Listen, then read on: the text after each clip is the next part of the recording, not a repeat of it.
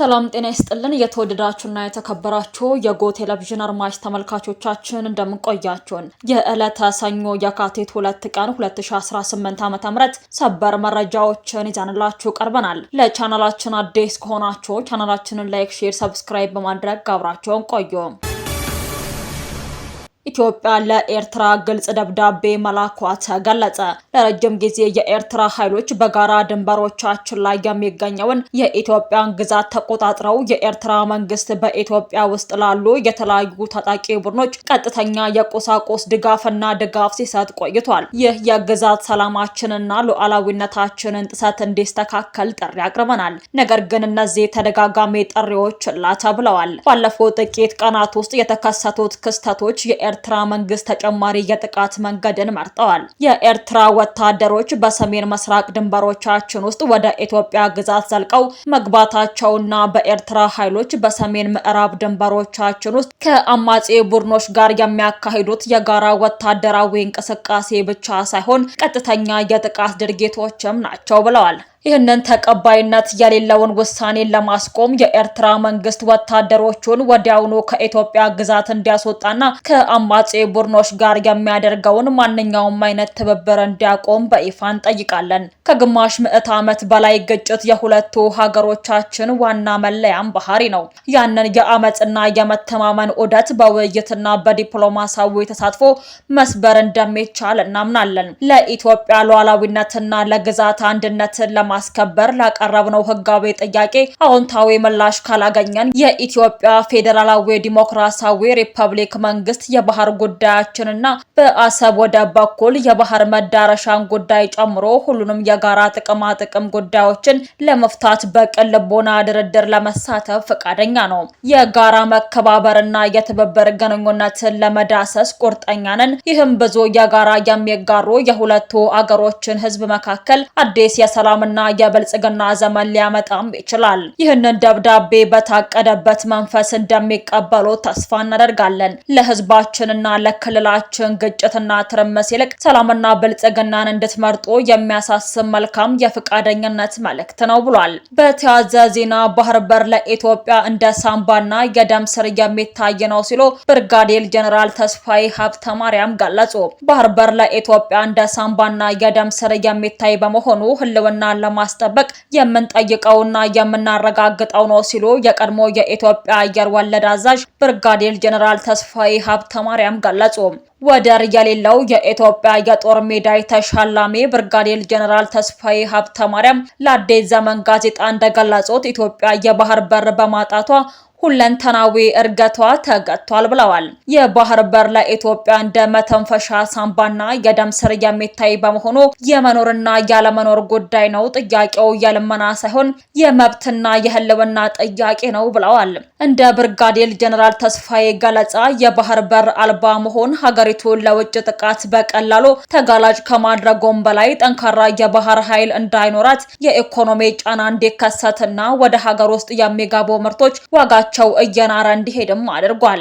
በወቅቱ የነበሩ መሪዎች በግዴለሽነት አሰብን አሳልፈው ለኤርትራ በመስጠታቸው ዛሬ ለደረስንበት መከራ መዳረጋችንን ጠቅሰው ኤርትራ ስትገነጠል የባህር በር ለኢትዮጵያ እንዲሰጥ በውጭ ኃይሎች በኩል ግፊት እንደነበርም አስታውሰዋል። ይህ ታሪካዊ ስህተት በብዙ ሺህ የሚቆጠሩ ኢትዮጵያውያንን የላብ የደምና የአካልና የህይወት መስዋዕትነት የተከፈለበትን ክብር ያሳጣ ነው ሲሉም ገልጸዋል።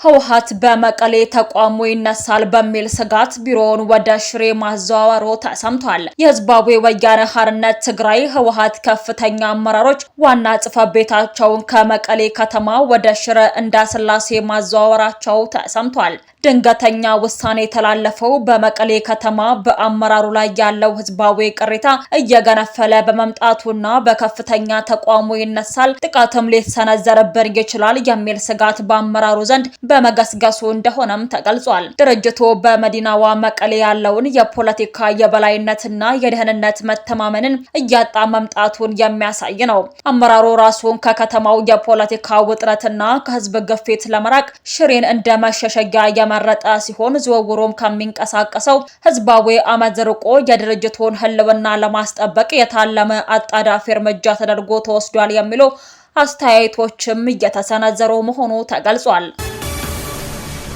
ህወሓት ወደ አፋር ሽማግሌዎችን መላኩ ተገለጸ። በትግራይ መከላከያ ኃይል TDF እና በትግራይ ሰላም ኃይል TPF መካከል በአፋርና ትግራይ ክልል አዋሳኝ አካባቢዎች የተቀሰቀሰው መጠነኛ ግጭት በቀጠለበት በአሁኑ ወቅት ከትግራይ የተውጣጡ የሃይማኖት አባቶች ወደ አፋር ክልል ሀራ መሬት በመጓዝ ተጠቂዎቹ ወደ ትግራይ እንዲመለሱና ሰላም እንዲወርድ መማጸናቸው ተገልጿል። ይሁን እንጂ የሽምግልናው ሂደት ውጤት በውል ባልታወቀበት ወቅት የትግራይ ሰላምና ጸጥታ ቢሮ ትላንት አመሻሹን ባወጣው መግለጫ TPFን ክፉኛ ተችቶታል። ቢሮ በመግለጫው መንግስትና የጸጥታ አካላት ጉዳዩን በሃይማኖት አባቶችና በሀገር ሽማግሌዎች አማካይነት በውይይት ለመፍታት ከግማሽ መንገድ በላይ በመሄድ በተደጋጋሚ ጥረት ቢያደርጉም በሌላኛው ወገን TPFን ቤተኝነት ሳይሳካ ቀርቷል ተብሏል። እነዚህ ቡድኖች የትግራይን ደመኛ ጠላቶችን ደጀን በማድረግና የውጭ ኃይሎችን ተልዕኮ በመቀበል በትግራይ ላይ አላስፈላጊ የጦርነት ስጋት ደቅነዋል ያለው ቢሮ አሁን ለሰላም ሲባል ከግማሽ መንገድ በላይ ተጉዞ ድጋፍ ለመስጠት ዝግጁ መሆኑን አሳውቋል። በተጨማሪም በስልጣን ጥማት የተወረሩ ጥቂት የቀድሞ የፖለቲካና የጦር መሪዎች ሰራዊቱን ለግል ጥቅማቸውና ለትርጉም አልባ መስዋዕትነት እየዳረጉት ነው ሲል የከሰሰው መግለጫው የከዳተኞቹ ኃይሎች የስልጣን ጥማትን ለማርካት የሚከፈለው መስዋዕትነት ይብቃ ብለዋል። በሰሜን ሸዋ ዞን የስልክና የኢንተርኔት አገልግሎት መቋረጡንና ቤተሰቦቻቸውን ማግኘት አለመቻላቸውን ነዋሪዎቹ ተናገሩ። በኦሮሚያ ክልል ሰሜን ሸዋ ዞን በርካታ ወረዳዎች መደበኛ ስልክ ጥሪና የኢንተርኔት አገልግሎት በመቋረጡ ቤተሰቦቻቸውን ማግኘት አለመቻላቸውንና ከፍተኛ ስጋት ውስጥ መግባታቸውን ነዋሪዎቹ ገለጹ። ለአዲስ ስታንዳርድ አስተያየታቸውን የሰጡ ነዋሪዎች ስልክና ኢንተርኔት ከተቋረጠ ሳምንት ማለፉን ገልጸው በዚህ ምክንያት ስለ ቤተሰቦቻቸው ደህንነትና ስላሉበት ሁኔታ መረጃ ማግኘት እጅግ አዳጋች እንደሆነባቸው ተናግረዋል። የሰላሌ ዩኒቨርሲቲ ተማሪ የሆነውና ለደህንነቱ ሲል ስሙ እንዳይጠቀስ የፈለገው ወጣት የኔትወርክ አገልግሎት ከተቋረጠ ወዲህ በቦቴ ወረዳ የሚገኙ ቤተሰቦቹን ማግኘት እንዳልቻለም ገልጿል። የሰማሁት የኔትወርክ አገልግሎት መቋረጡን ብቻ ነው። ቤተሰቦቼ ሰላም ስለመሆናቸው እንኳን ምንም የማውቀው ነገር የለም ሲል ስጋቱን ገልጿል። እስራኤል በሶማሊላንድ ወታደራዊ ሰፈር ለመገንባት የምታደርገውን እንቅስቃሴ ካላቆመች ወደ ጦርነት ለመግባት ዝግጁ ነን፣ ሉዓላዊነታችንን በደማችን እናስከብራለን ሲሉ የሶማሊያው ፕሬዝዳንት ሐሰን ሼክ መሐመድ ከአልጀዚራ ጋር ባደረጉት ቆይታ ላይ ተናግረዋል። አሜሪካ የሩሲያና ዩክሬን ጦርነት በሰኔ ወር እንዲያበቃ እንደምትፈልግ ዜሌንስኪ ተናገሩ። የዩክሬኑ ፕሬዝዳንት ቮሎዲሚር ዜሌንስኪ ሀገራቸው ከሩሲያ ጋር እያደረገች ያላቸው ጦርነት ሰኔ ወር ላይ እንዲያበቃ አሜሪካ እንደምትፈልግ ተናግረዋል። ሁለቱ ወገኖች በሚቀጥለው ሳምንት በአሜሪካ ለሚካሄደው ንግግር መጋበዛቸውንም ዜሌንስኪ ገልጸዋል። አሜሪካ ሁለቱን ተደራዳሪዎች ሩሲያና ዩክሬንን በሳምንት ጊዜ ውስጥ በአሜሪካ ምናልባትም በሚኒያሚያ እንዲገናኙ ሀሳብ ስታቀርብ ይህ ለመጀመሪያ ጊዜ ነው። በእኛ በኩል በንግግሩ ላይ እንደምንሳተፍ አረጋግጠናል ብለዋል። ድርድሩን በተመለከተ ከዋሽንግተንም ሆነ ከሞስኮ ወዲያውኑ የተሰጠ አስተያየት የለም። ነገር ግን የአሜሪካው ፕሬዝዳንት ዶናልድ ትራምፕ ወደ ስልጣን ከመጡበት ጊዜ አንስቶ ግጭቱ እንዲያበቃ ግፊት እያደረጉም ይገኛሉ። በአሜሪካ አደራዳሪነት በአቡዳቢ የተካሄደው ሁለተኛው ዙር የሰላም ንግግርም አርብ ዕለት ተጠናቋል። የድርድሩ ውጤትና ሂደት ባይገለጽም ዜሌንስኪ ቅዳሜ ዕለት ለጋዜጠኞች በተናገሩበት ወቅት ዩክሬን እንደምትስማማና ግፊት እየተደረገባት ያለው የግዛት ጉዳይን ጨምሮ አስቸጋሪ ሁኔታዎች አስቸጋሪ ሆነው ቀርተዋል ሲሉ ተደምጠዋል። ተደራዳሪ አካላቱ ለመጀመሪያ ጊዜ በዚህ ጉዳይ መወያየታቸውን የገለጹት ዜሌንስኪ በተወካዮቹ አማካይነት ሳይሆን በመሪዎች መካከል የሶስትዮሽ ንግግር ሊደረግበት የሚችልበት ሁኔታ ላይ መወያየታቸውን ገልጸዋል። ሆኖም ለዚህ ለመዘጋጀት አስፈላጊ ነገሮች አሉ ሲሉም አስጠንቅቀዋል።